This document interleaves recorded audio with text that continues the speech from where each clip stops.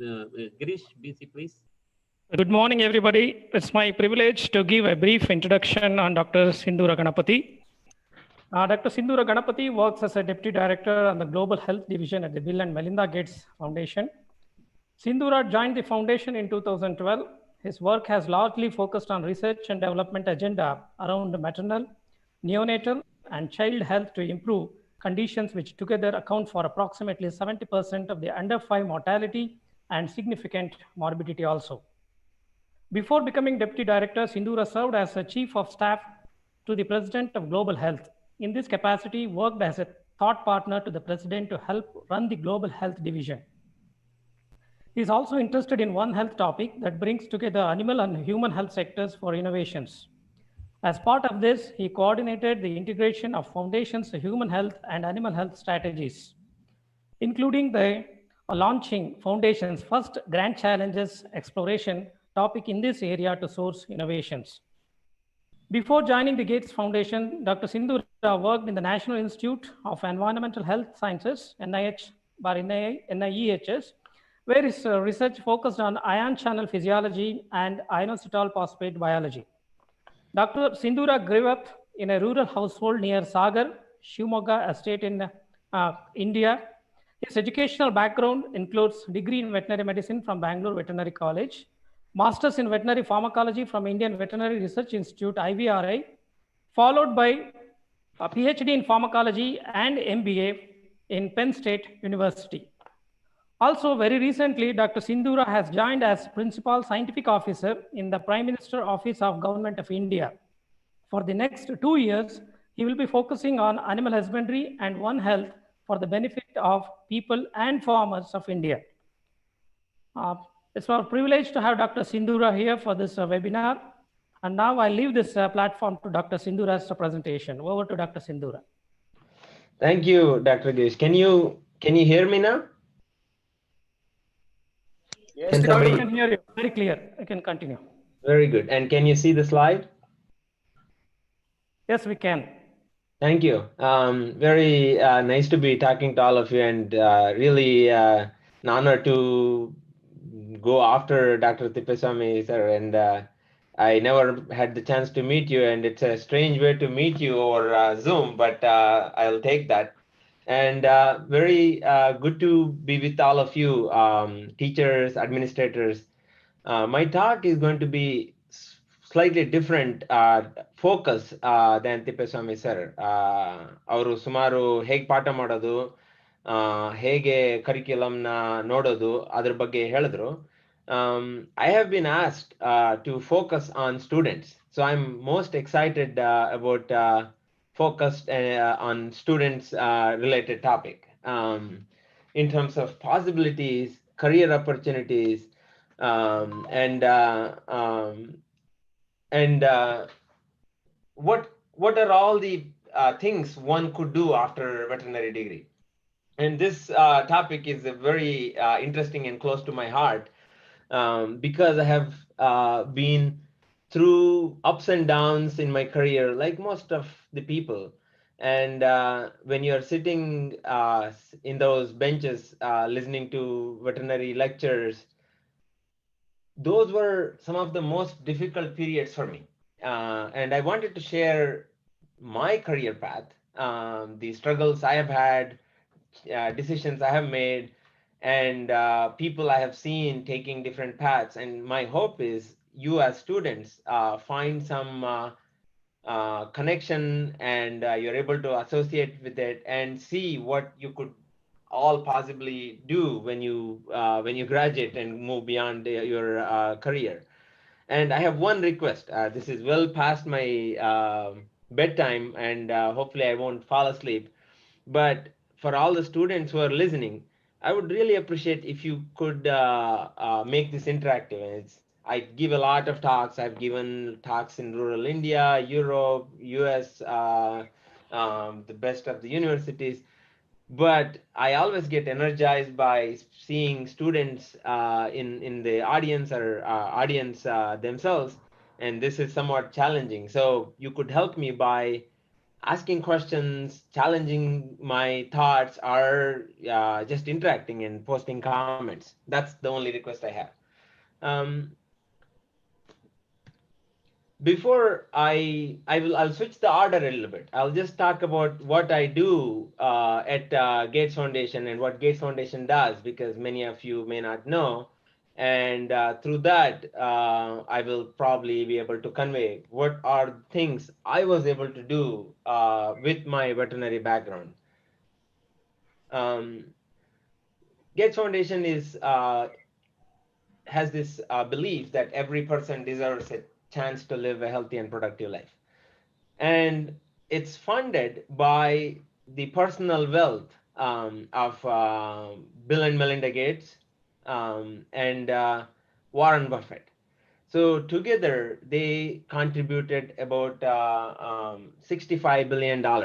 Andre Sumaru, um, about 500,000 crores. I'm just making an approximation here. Um, and they work full time, Bill and Melinda, and for them, it's a full time passion. And it's an incredibly interesting opportunity where employees, we work with them like employees. And I have had the pleasure of speaking to them many, many times and interact with Bill, especially hundreds of times over many topics. And their inspiration is their father, Bill Gates Sr., and Warren Buffett. And if you don't know who Warren Buffett is, I I recommend you listen to some of his YouTube video interviews and read about him. One of the wisest person I have come across and had the honor of meeting. And he was the richest person before Bill took over. And what does Gates Foundation do?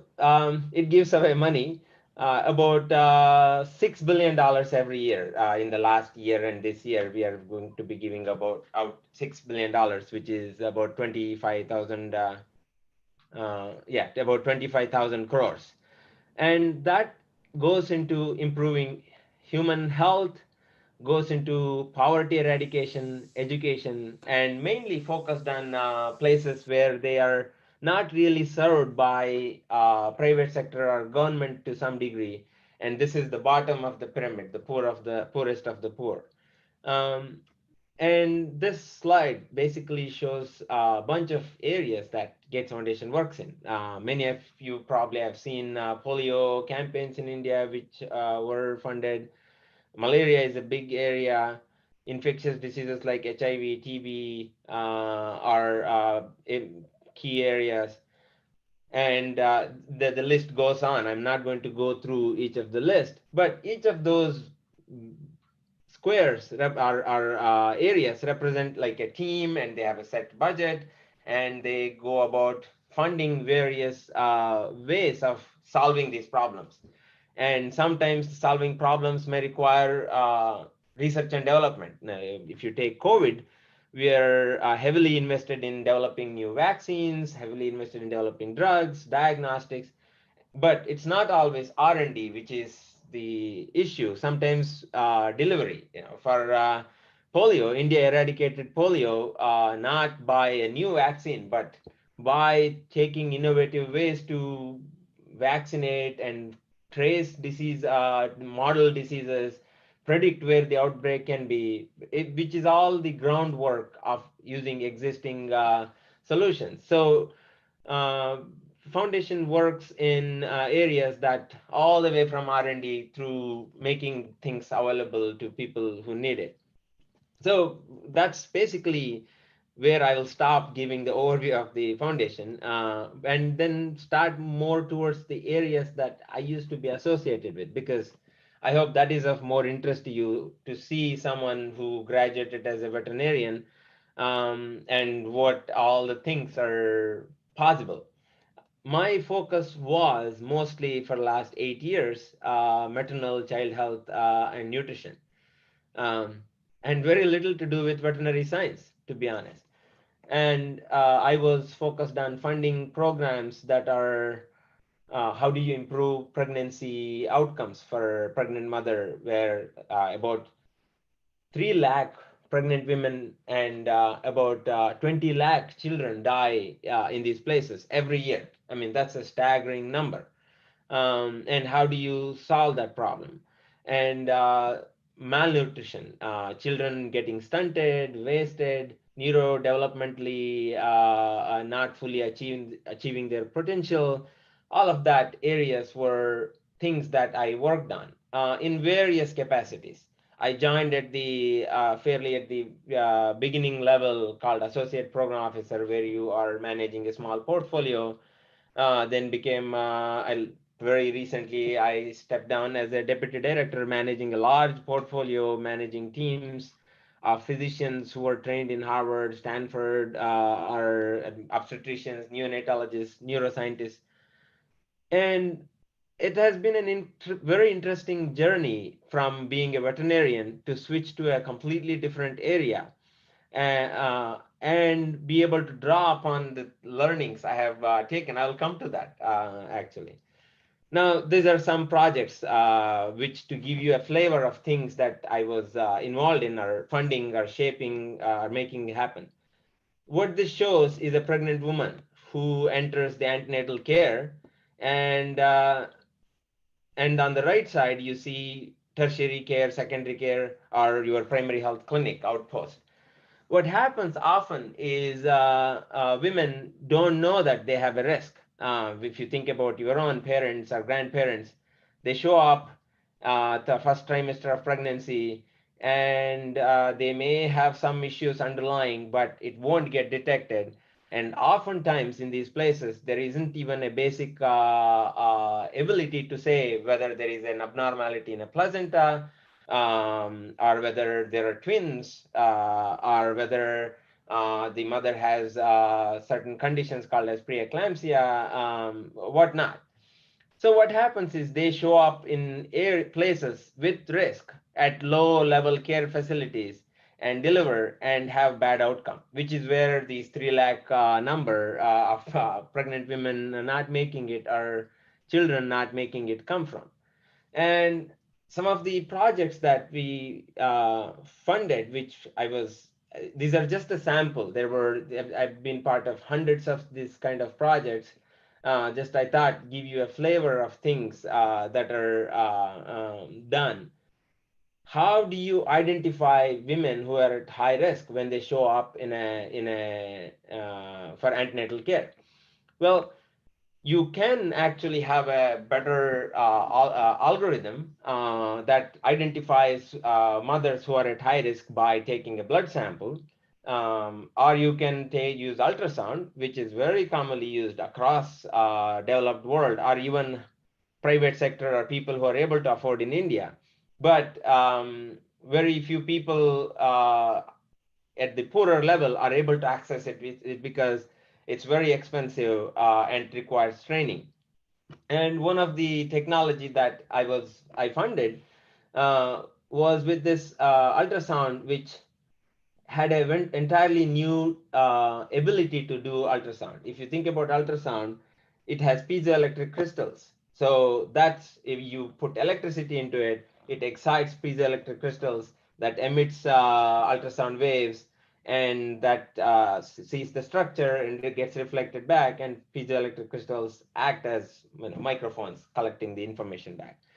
But this company came up with a completely different platform, which is using semiconductor chips, basically turning the ultrasound into like a phone, which is run on semiconductor chips. And it changes the whole field, completely disrupts the whole field, because you could make it cheaper. You could build artificial intelligence on it so that low level care facilities can actually basically do some blind sweeps, and it automatically integrates into 3-dimensional structure and tells you what the problem is. But none of that existed, and it still doesn't exist. So some of the funding that I was able to do is to fund this company along with other funders, and bring in people like Google, which do machine learning, best of the machine learning in the world, to work on the data and fund clinical trials to collect this data and apply artificial intelligence or machine learning techniques. And I'm happy to say I was very recently looking at some data that it's quite possible, and hopefully very soon this will make it into the clinic. Um, I don't like doing this. I have never really shown these pictures, but I do wanted to show it here to make a point that your background is not quite doesn't need to be a hindrance. I'm a veterinarian. This is the room where I was presenting to Bill Gates and Melinda Gates. You may or may not fully see them on the top picture. So CEO of the current and former CEO of the foundation, some of the most brilliant minds in the world.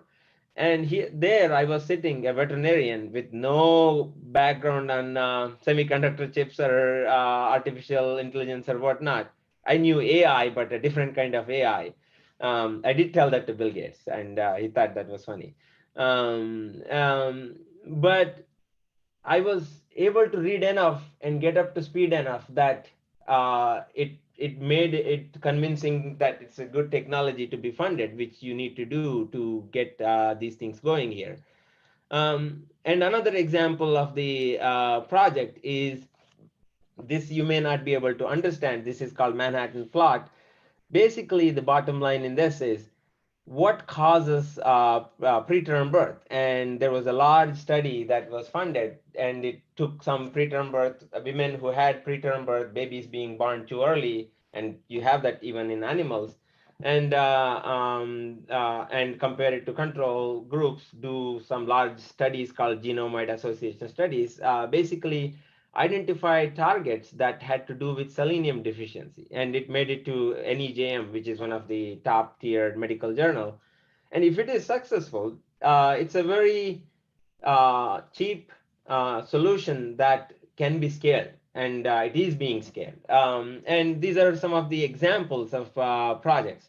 The other one is, if you ever walk into a medical clinic, which I do hundreds of times in dozens of countries, the way you track a baby being born is through a partograph, which is very outdated, and technique that is hardly used, doesn't really work. But yet, World Health Organization was very heavily involved in making it more used, and they themselves ran a study that said it doesn't really work. And the question is, how do you turn that into more like a device that integrates all the information, like a wearable that can be put on pregnant mother's belly as she's going through stages of labor, and it's able to predict risk and tell the midwife who is running around trying to manage 10 women giving birth in a district hospital to focus on the two that are most likely at risk. And some of the other projects I have funded have to do with neurodevelopment. I saw some of these pictures in Tippeswamy sir's presentation as well. Malnutrition doesn't just affect the body, it affects the brain and the whole cognitive system, which has long-lasting implication for the child. So how do you predict who and measure who is at risk of these neurocognitive developmental disabilities, and build interventions to improve that? That can be EEG. There are other techniques called near infrared spectroscopy, and there is portable MRI now machine that also I started funding before I left. So there are these number of projects that I was able to do, but I had no background in any of them. And if you had asked me 20 years ago, would I be thinking of being in a room with physicians or Bill Gates or whoever, and what would I be doing? I would probably give you a very, very depressed answer, because I was kind of depressed and hopeless in my feelings of where this veterinary degree would take me. Unlike Dr. Girish, who is a gold medalist, who was really smart and more committed than I was, the 5 years I spent in veterinary science were the most depressing time of my life. And I could say that looking back. The reason was that, I grew up. I'll skip this slide. I grew up in an agriculture-focused family, and in Gates Foundation we fund on agriculture as well. I'll come back to that. But even though I grew up in an agriculture family, I really didn't think of veterinary science as an area to focus on. And I grew up in like a household of 10 houses in a village. It's in Shimoga, Sagra district, and forests are depleting very quickly, but there may still be patches of things like this. And grew up right next to Jog Falls.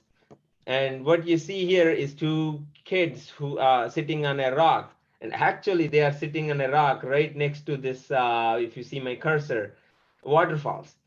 The most stupid thing you could think of doing, because it just takes a whiff of wind and you would be falling down all the way down 1,000 feet, and your body will highly unlikely to be even recovered.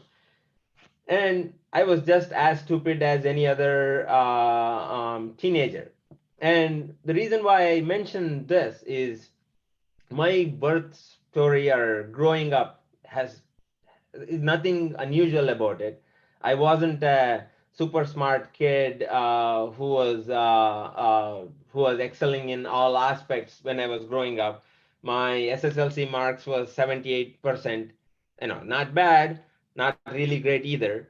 You probably have had much more marks in SSLC than I did. My PUC was slightly better. It was 88%. And at that time, the government used to give 10% to agriculture background, which is, I think, is an unfair practice. But it gave me 88 plus 10%, 98%. And that basically put me into veterinary science when I saw one of my friend was applying. I had no idea why he was doing it. He said it only cost 10 rupees. So I applied.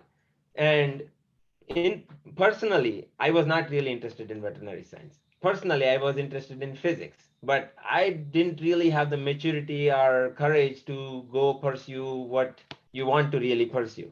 And somebody, ಯಾರೋ ಪಕ್ಕದ ಮನೆಯವರು ಬಂದು ಹೇಳ್ತಾರೆ, oh yeah, ಅದು scope ಚೆನ್ನಾಗಿದೆ veterinary. So I just, joined veterinary science. And those 5 years were super hard for several reasons. One, because I was fully not mature in realizing and enjoying the studies and veterinary as an education.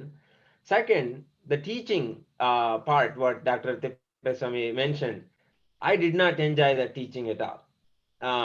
I did not enjoy learning, memorizing. I did not enjoy not being able to think. And I found the whole 5 years very depressing. I thought I will never amount to anything. Can someone mute? I hear background.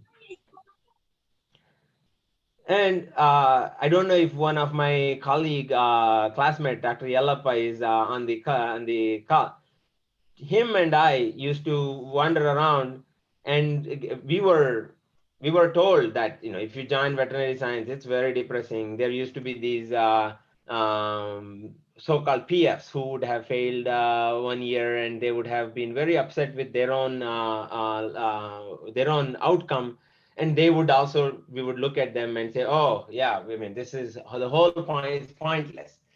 And we would take that. And when new students come, Yellappa and we would do the same thing to the new students. We find that very amusing. Instead of ragging, we would call them and say, why did you join veterinary science? There is no hope in veterinary science. So, and you could see the light go away from their eyes when you do that. And I'm not proud of it, but that's what the veterinary science 5 years was for me. And I did not study much, and I did not do that well. So most teachers probably don't even remember me who are on the call. And that's how I graduated. This is a borrowed suit. I didn't own a suit. This is after I graduated. And I didn't know what to do with myself. And somebody was mentioning that, oh, you could write civil service, Indian Forest Service. And my brother graduated. And that really clicked in my mind. I had never heard of civil service. And I thought, if your brother graduated, maybe I could do that too. So how do you do that though? Because I didn't have any steady income from my parents who are not that well off. Their annual income was 15,000, 20,000 rupees a year. I couldn't make a living. But if you write ICR exam and if you go into do MSc, and IVRI is one institute, somebody said, and if you go there, you can actually study for veterinary science. Study for civil services, they said.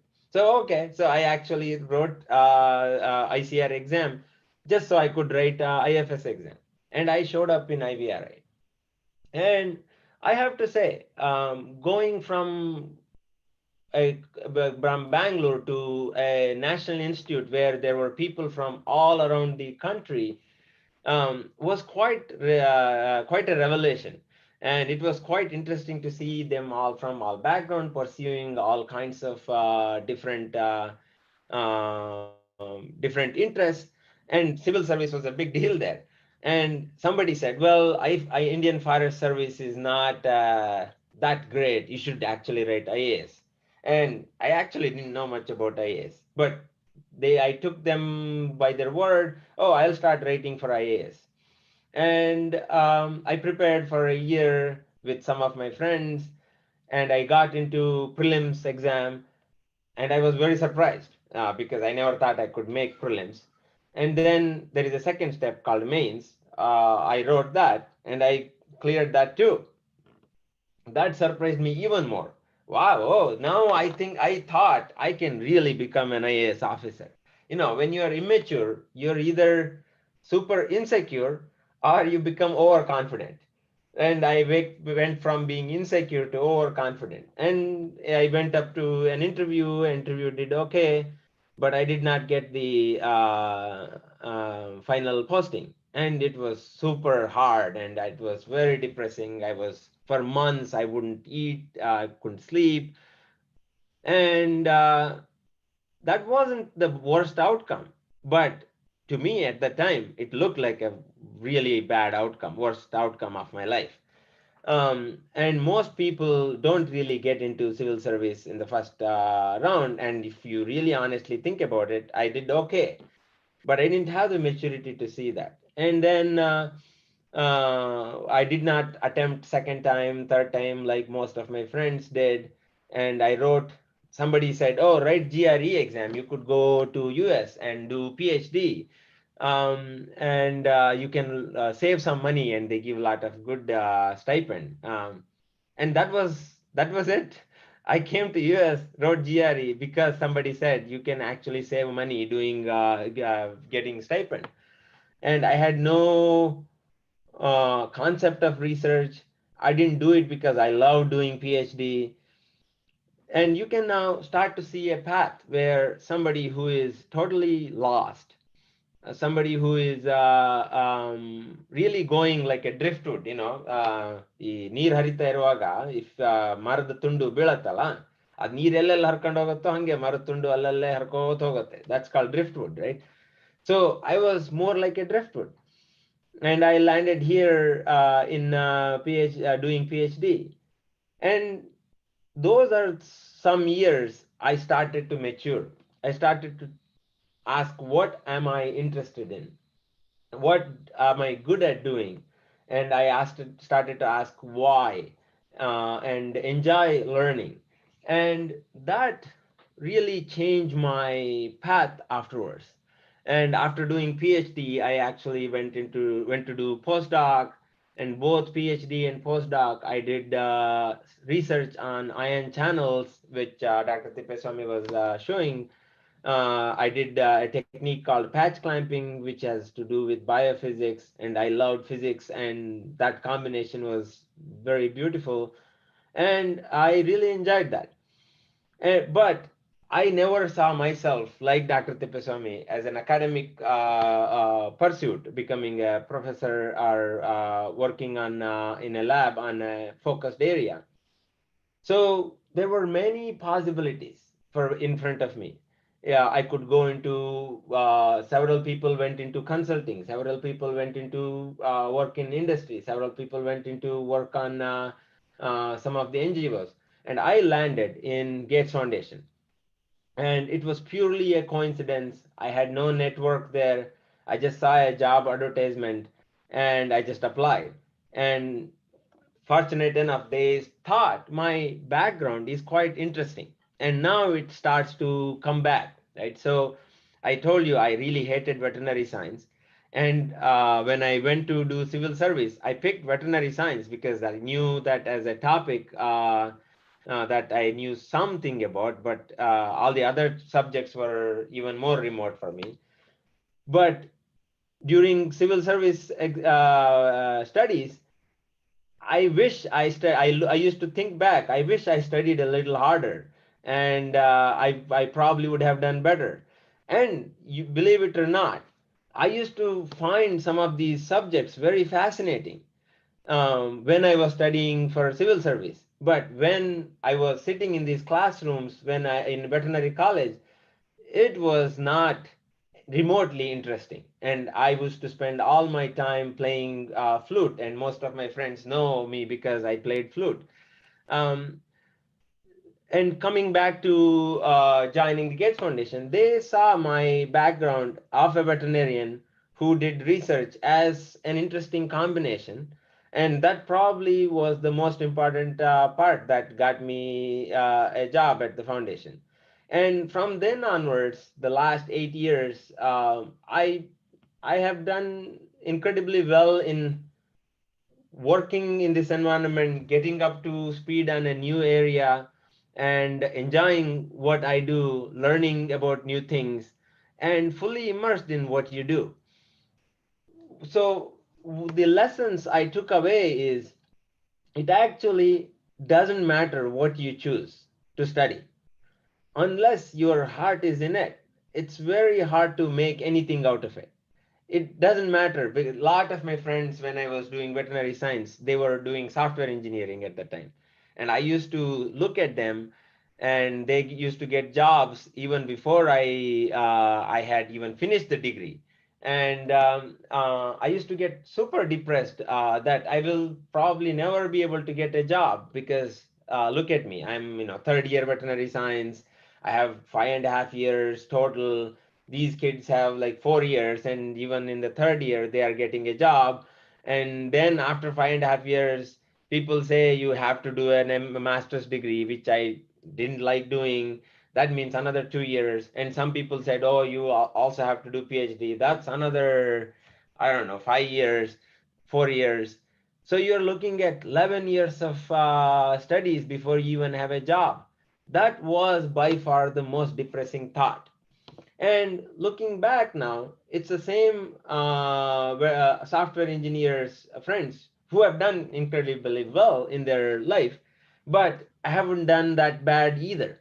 Right? So, but at the time, it was very hard to look forward, and it's almost like going into a dark tunnel, and you don't know when the light is. Out in the all the way into the tunnel, you don't know where the light is, so you will think this light will never come, and it's dark tunnel all the way. But just like a train journey, every dark tunnel ends, and you will come out of it, and you will do incredibly well. So if you are passionate about it, that was one of the learning that I had. And let me actually switch to what are the scopes and possibilities for veterinarian when you pass out. And this is my personal learning of seeing all the things I list here are knowing these people who have done it, whom I know personally. So this is firsthand experience of being with people.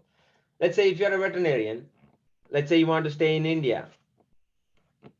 this is a very common path. You become a clinician of large animal or in rural area or a government job or a small animal pet practice. I won't even mention anything about it because I think you all know about it pretty well, and because you have seen examples of it all around you really well. And the other part is university positions. This also, you probably have seen quite a few examples of people on this call, other people who are just joining, and this is also not something that I need to tell you. This is something I'll tell you because you may or may not know about this. ICR is an entire machinery, and it's a one thing I have to say is when I was doing BBSc, nobody actually told me what ICR system is.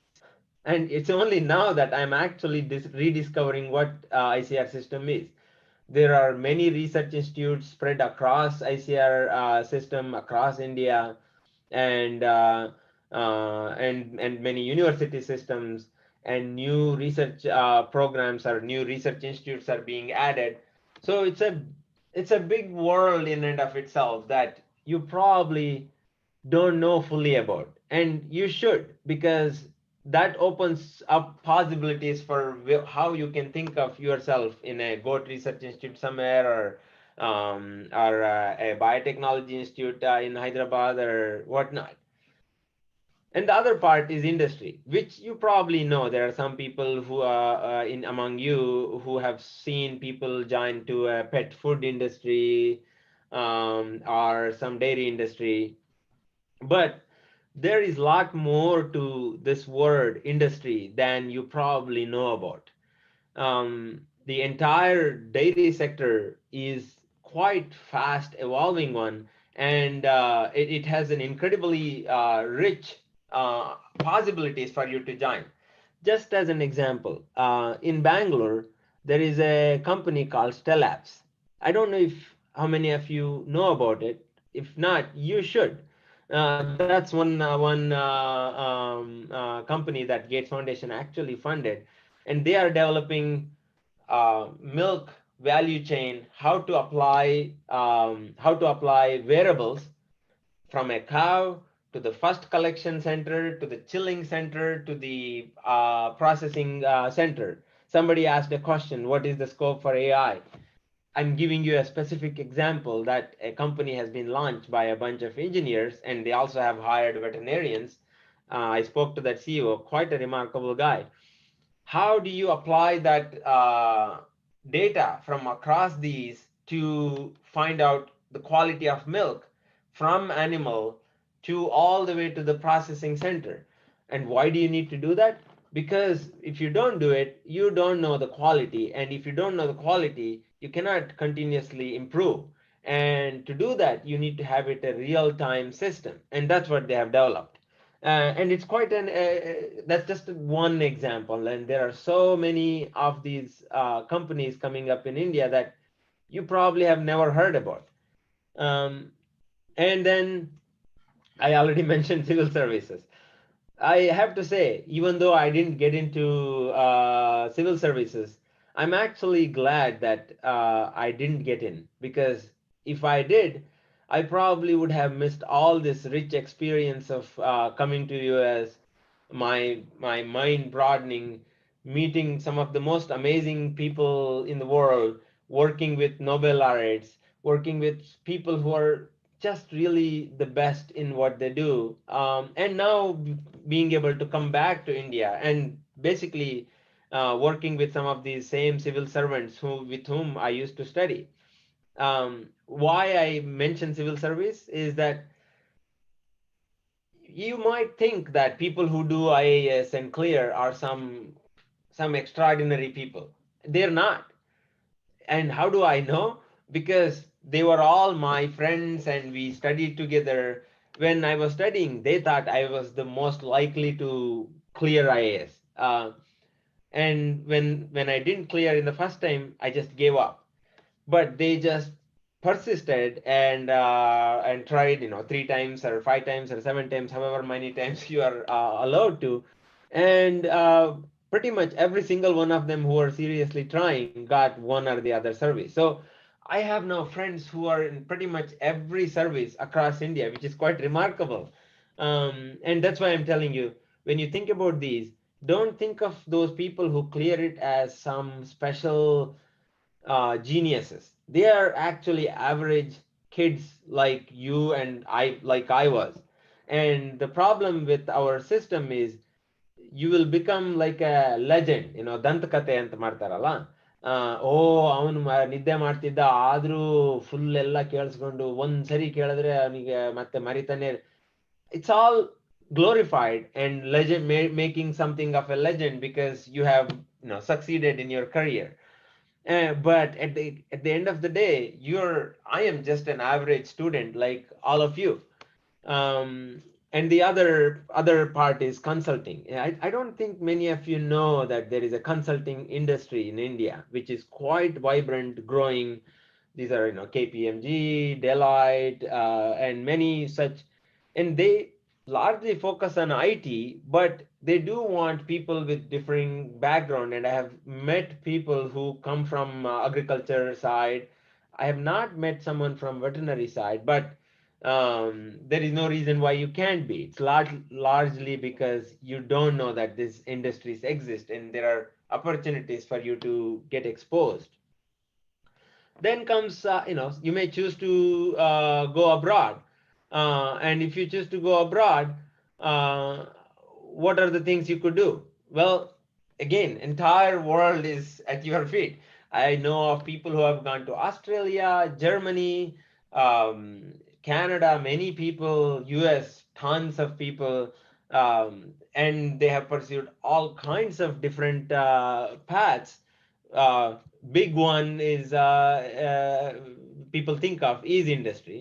And when you think of industry, there are many possibilities in industry. You could join as a pathologist, you could join as a lab animal vet, you could join as a researcher, and many more. It could just go into managerial positions. And then university. I don't need to say more because Dr. Tippeswamy has shown it incredibly well.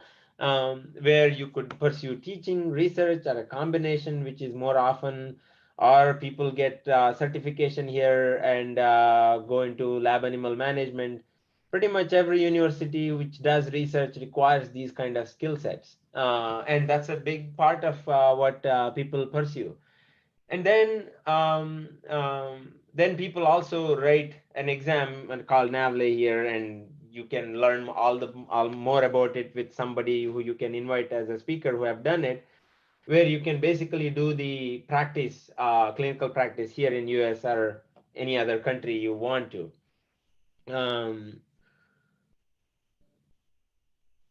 I'm trying to move this so I could see what's next. Yeah, so this consulting, I put it again.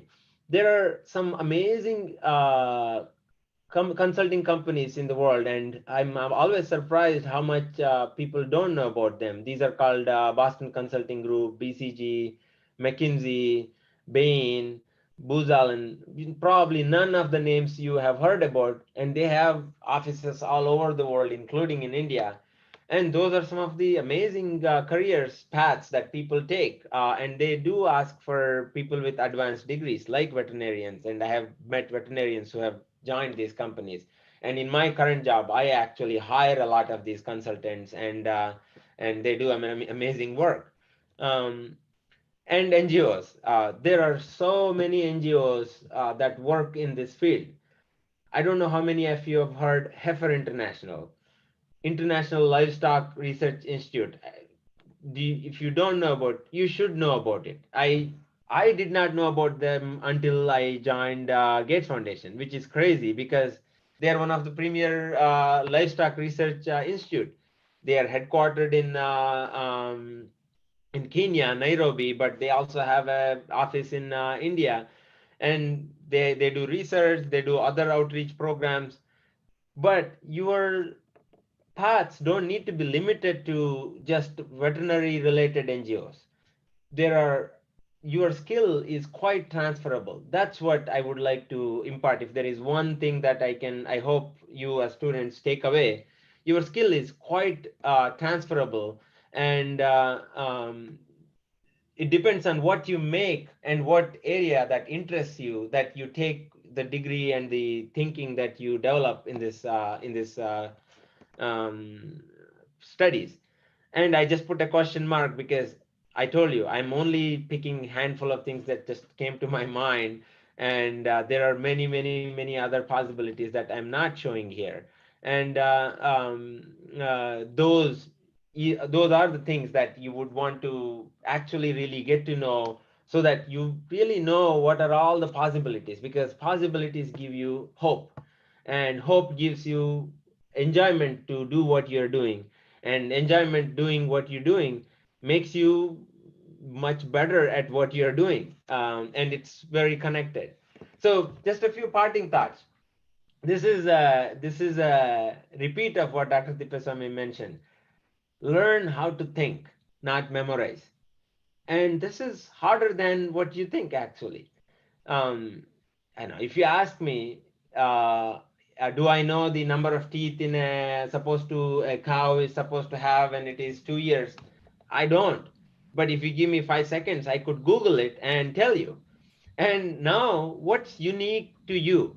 It's not that memorized information that you can actually, you and your father can Google and tell you the same information, right? So what's different between you and your father if you have spent 5 years? But instead, learn to think in terms of asking why, asking how. There is, I have been super influenced by one of the eminent physicists called Richard Feynman. He was a Nobel laureate, and he worked on the atomic bomb project, and he's very influential guy of 20th century. There are YouTube videos, and he has books. I recommend that you read them, because it actually broadens your mind to think about how to think, how to understand, and what does understanding mean. Uh, this believe in yourself. You will hear that a lot across the world.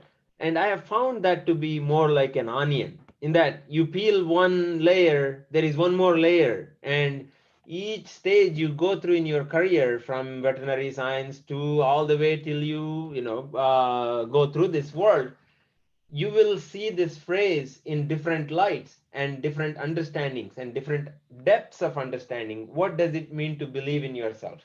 So I won't tell you what it is, because it is something you have to rediscover with each stage, and in every time you ask yourself, what does it mean for me if I believed in myself? The third one, which I have mentioned, broaden your world. I would love for each of you to really learn things that are far beyond the studies. Whether you get grade X or Y matters to some degree, and you should pursue that. But in addition, what actually really matters is how well you are able to expand your mind, how well you are able to bring ideas from one place to another, so the ideas of One Health. But if you don't know the other side, if you don't know how the business is run, if you don't know how the interface between different disciplines are put together, you'll be stuck in one thing that you have really read and memorized. So just read as broadly as possible, and read books, and read as much in understanding the world. That changes your outlook for your life, and it will take you much farther than any grade and any accomplishment you do in your studies. The last question I will leave you with: what would you do if you weren't afraid? This question was actually asked by one intern. She was very junior intern that I had hired to the team, and we were just getting introduced. And she asked me, and just getting to know, what would you have done if you weren't afraid? Now, that's a really interesting question. And there are many things I could go back, and I probably would not. I don't regret joining veterinary science at all, as you can probably tell, because it has given me quite a tremendous understanding and depth into how I see the world. But if I were to go back, I would probably do it and look at it in a different way. and use some of these points that I'm mentioning to you. So ask yourself, what would you do if you weren't afraid? And go do it. Once Warren Buffett, who I mentioned, who contributed to foundation, I will leave you with the story. He joined. He was invited to give a lecture in Harvard, and he was picked up by a student, and he started talking to the student and asked, "Oh, what are you doing? What do you want to do in the future?" And the student said, "Yeah, I mean, I'm doing this study, but I want to do MBA." And Buffett asked him, "Why?" I said, yeah, because it looks good on my resume, and that then I would come back to doing what I am really interested. Because if I don't do these degrees, they won't take me seriously. So I will have to check these boxes and build my resume before I am what I'm doing. That is what I want to do. That is, I'm very passionate. And Warren Buffett asked, so what you're telling me is it is like saving up your sex life for until your old age, because I really want to save it up until I get old before I have sex. That's what you are telling me. Instead, you should enjoy it in your youth when you are able to. Same way, I know it's a very probably it may shake you up, but Warren Buffett is that kind of person, and I think of him as a modern day saint who has, wisdom that can punchy words can tell you what he really thinks. So don't do something because somebody tells you that has scope, because that person hasn't lived in your life, and that person will never know what it is that you are made of. But you should ask everybody for advice, but never take their opinion as gospel, because nobody is able to tell you exactly what you would like. But constantly ask yourself, what makes me happy? What gives me joy? And if you actually try doing that, it doesn't matter what you pursue, whether you do MSc, whether you go to field, whether you do PhD, whether you come to US, you will do well. And I can show you examples of people who have done all of this, come to US and have done postdoc and miserable. They're miserable because they came here thinking it is something else, and they don't really enjoy doing that research, and they feel stuck, and they themselves haven't broadened their mind. What are all the possibilities? And it's very depressing. So it doesn't matter what you actually choose, but ask yourself, do I enjoy doing this? So the last question I would leave you with is, what would you do if you weren't afraid? And I will end with that.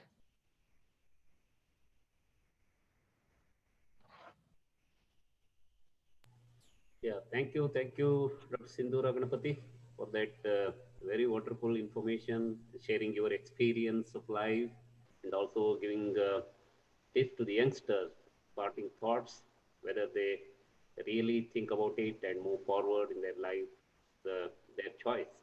So there are a few questions, if you may permit to ask. Yeah, please. Yeah. Most of the questions are related to your civil service exam. Okay. So someone asked to give some tips how to prepare civil service examination. Okay. So first thing you should do is actually, there are a lot of resources online, obviously, but also speak to people who have recently cleared or passed, and there are some veterinarians who have actually cleared. Find out more about what civil service actually means. That's the first thing. You should really have a proper understanding. If it is Indian Forest Service, that has its own exam, and you have to pick certain subjects for the mains, and there is no preliminary exam, and there is just main exam and the interview.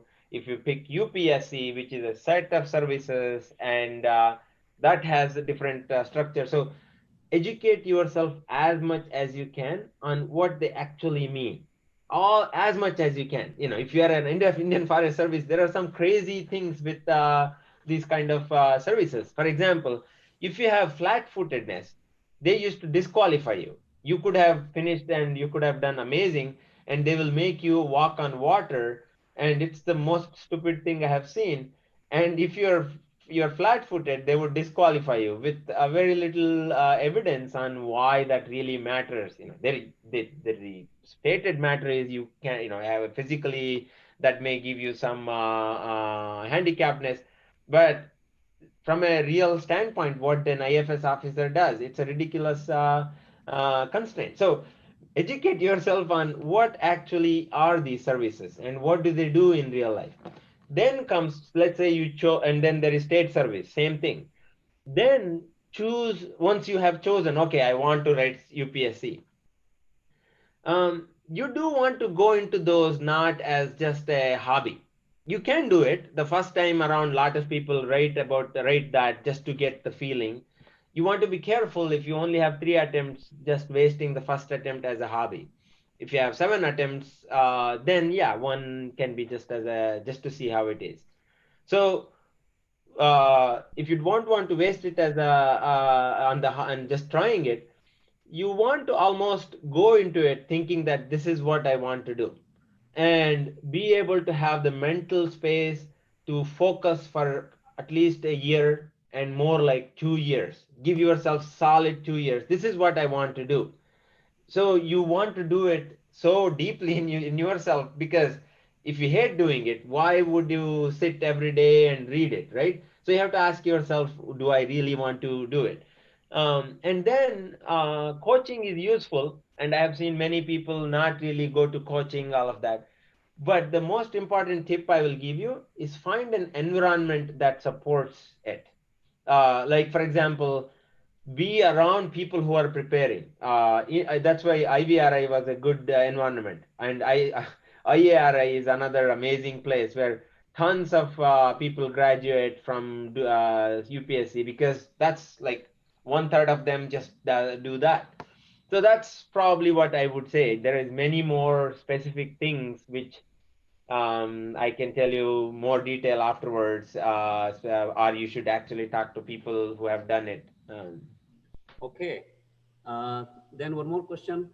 Choosing veterinary pharmacology is by choice or by accident?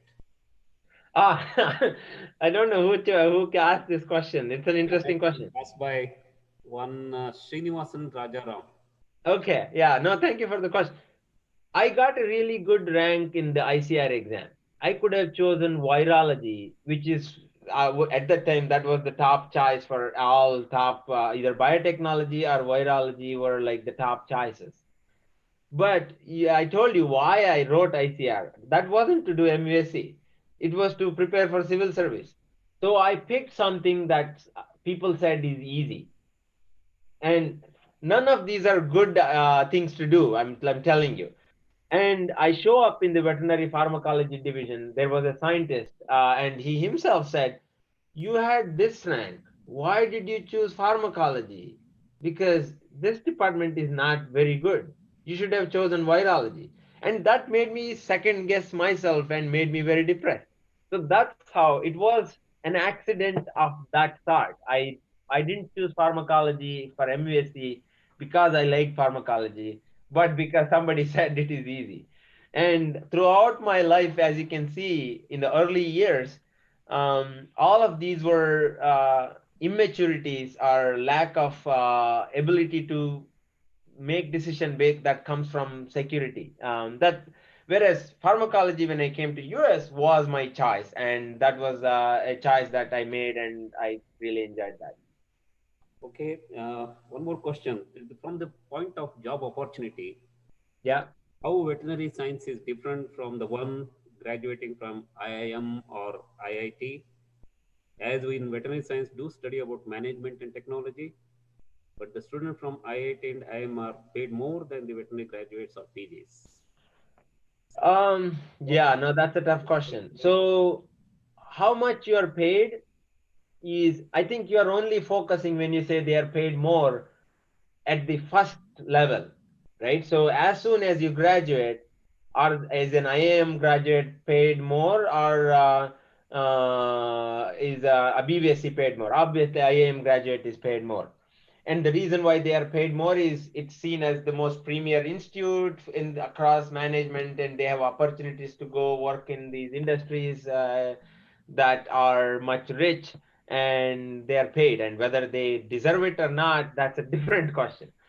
But I wouldn't focus on whether they get, say, never focus on whether you win the race in the first hour, because what you are running is not a 100-meter sprint. What you're running is a marathon.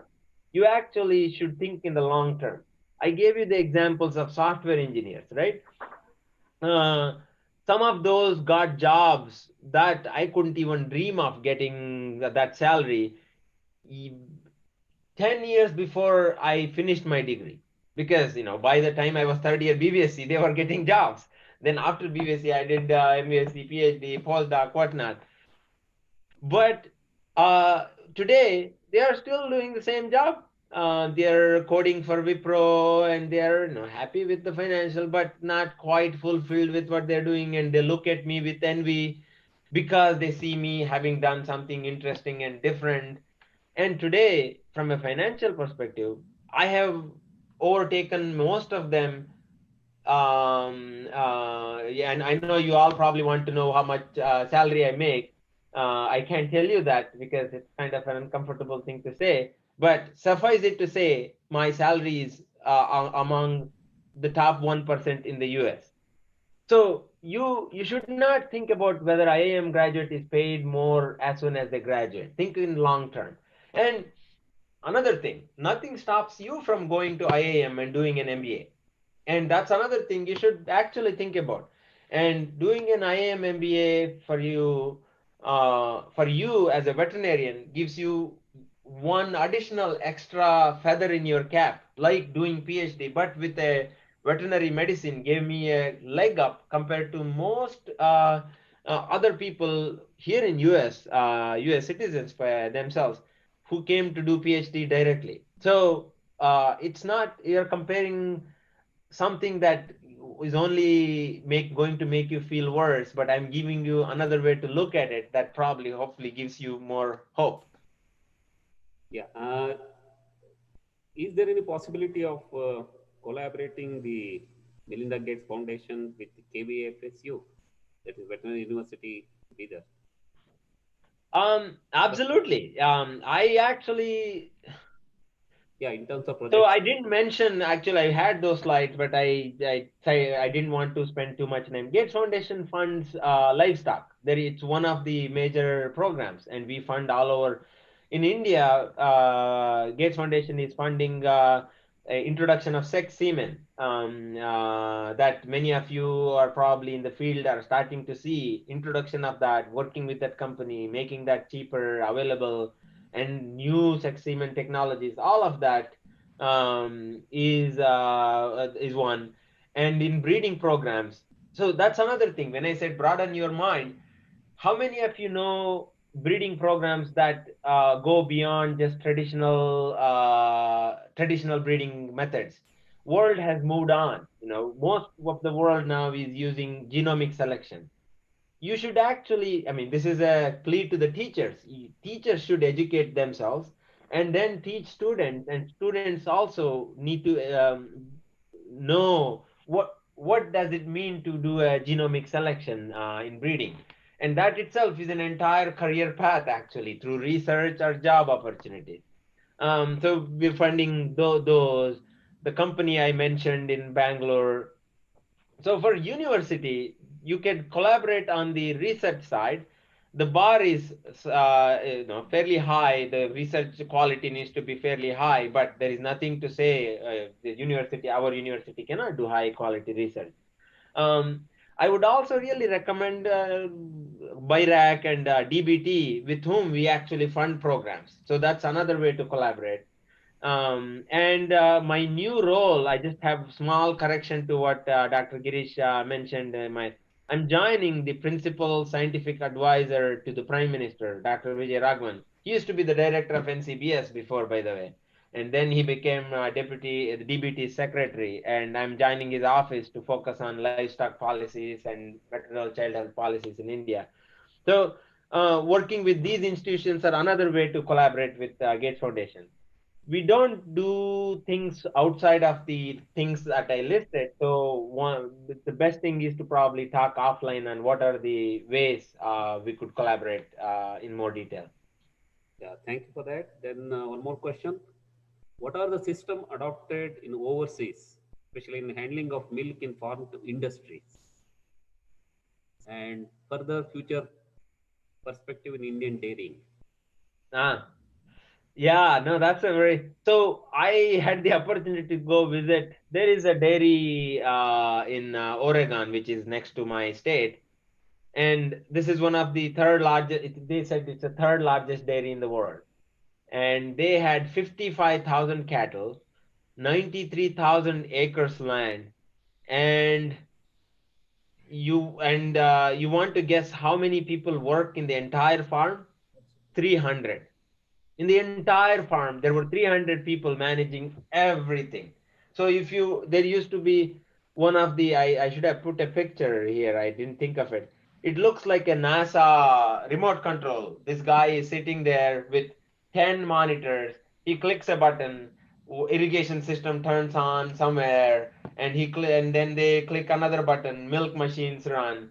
Everything is mechanized, and the dairy system here runs on intensive, what is called as intensive dairy farming, with you don't you hardly see 10, 12, 50. It's more, it's like more few hundred to few thousand, and so mechanization is a big part. Now, what do you think of India as a future? This is something I'm starting to think a lot now. We don't want to go that way entirely because we have 70 million farmers who are dependent on dairy, and intensive farming is about, like I mentioned, 300 people work there, and there are two or three rich people who gain all the benefit. So we have to create a path in India that is more inclusive of how do you make dairy more profitable to the farmer, and farmer, even with one or two or five or 10 cows, is able to manage it in such a way that benefits from all the technology, whether it is machine learning or whether it is better feeding methods or whether it is better breeding methods. You could bring the best technology from the world, and how do you apply it to the Indian context where the same farmer is able to realize more income? And the same way, more private sector role. So that is something I think is very likely to happen. Current government is a big proponent of that. And I am a big fan of private sector and cooperative sector too. More competition is always better. So you will see more private sector involvement in many of these, and you will see technology adoption in many of these. And where the technology goes, who would have guessed we would be having Zoom call, 6 months ago? So that's why keep your eyes open. Yeah, yeah. Thank you very much. But there are few questions again related to civil service. Most of the, I think they are all UG students. Okay. Asking whether you have to prepare for the during UG itself or during MUSC or after the completion of MUSC. That confusion is there in their mind. So if they are really focused to do it, what is the ideal time they should start preparing? So you have to have a degree to write the exam.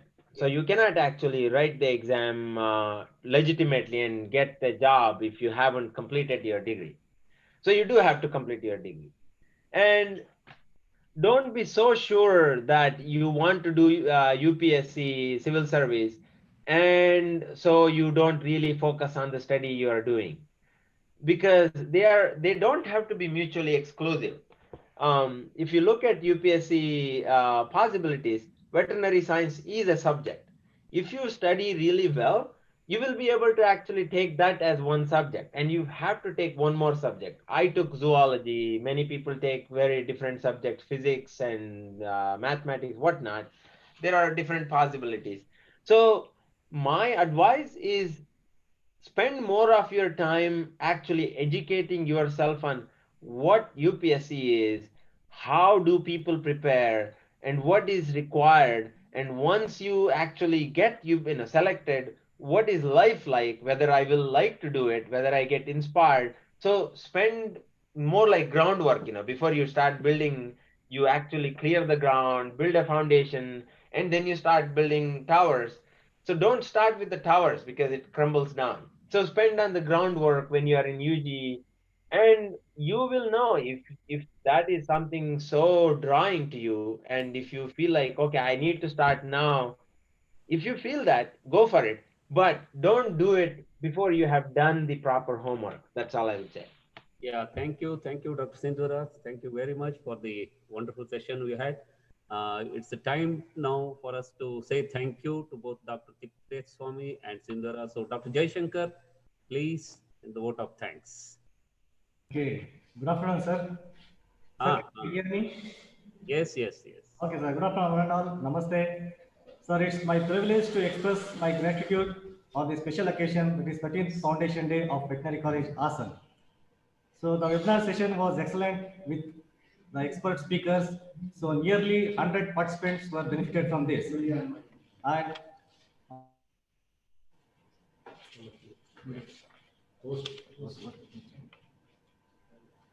on behalf of Veterinary College, Hassan, KVAFSU, Bidar, I express my gratitude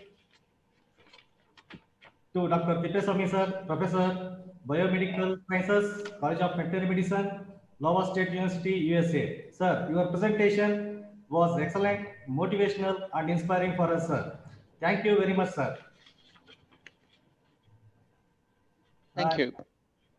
I also express my heartfelt thanks to Dr. Sindura Ganapathi, sir, the Deputy Director, Global Health Program, Bill and Melinda Gates Foundation, Seattle, Washington, USA, who has presented and enlightened us on various career opportunities, also sharing your path of success, which is inspiring us, sir. Thank you very much, sir. Thank you. Thank you. And I extend heartily thanks to our chief guest, Honorable Vice Chancellor, Dr. S.D. Narayanaswamy, sir, to grace this occasion and inaugural address with active participation. Thank you very much, sir.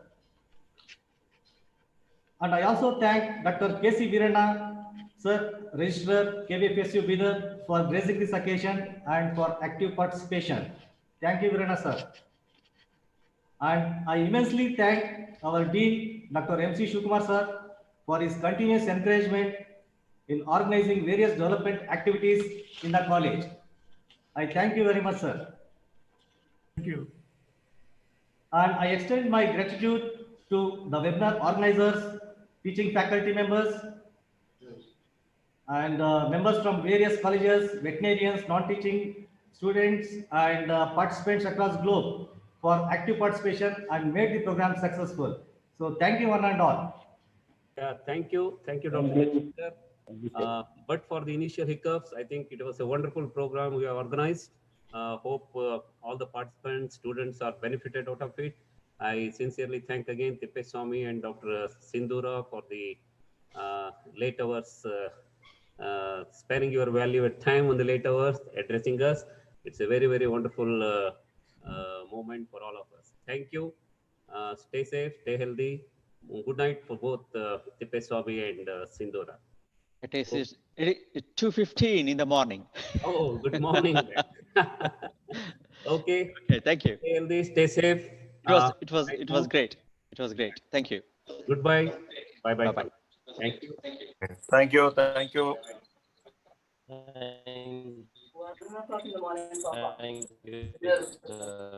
Thank you.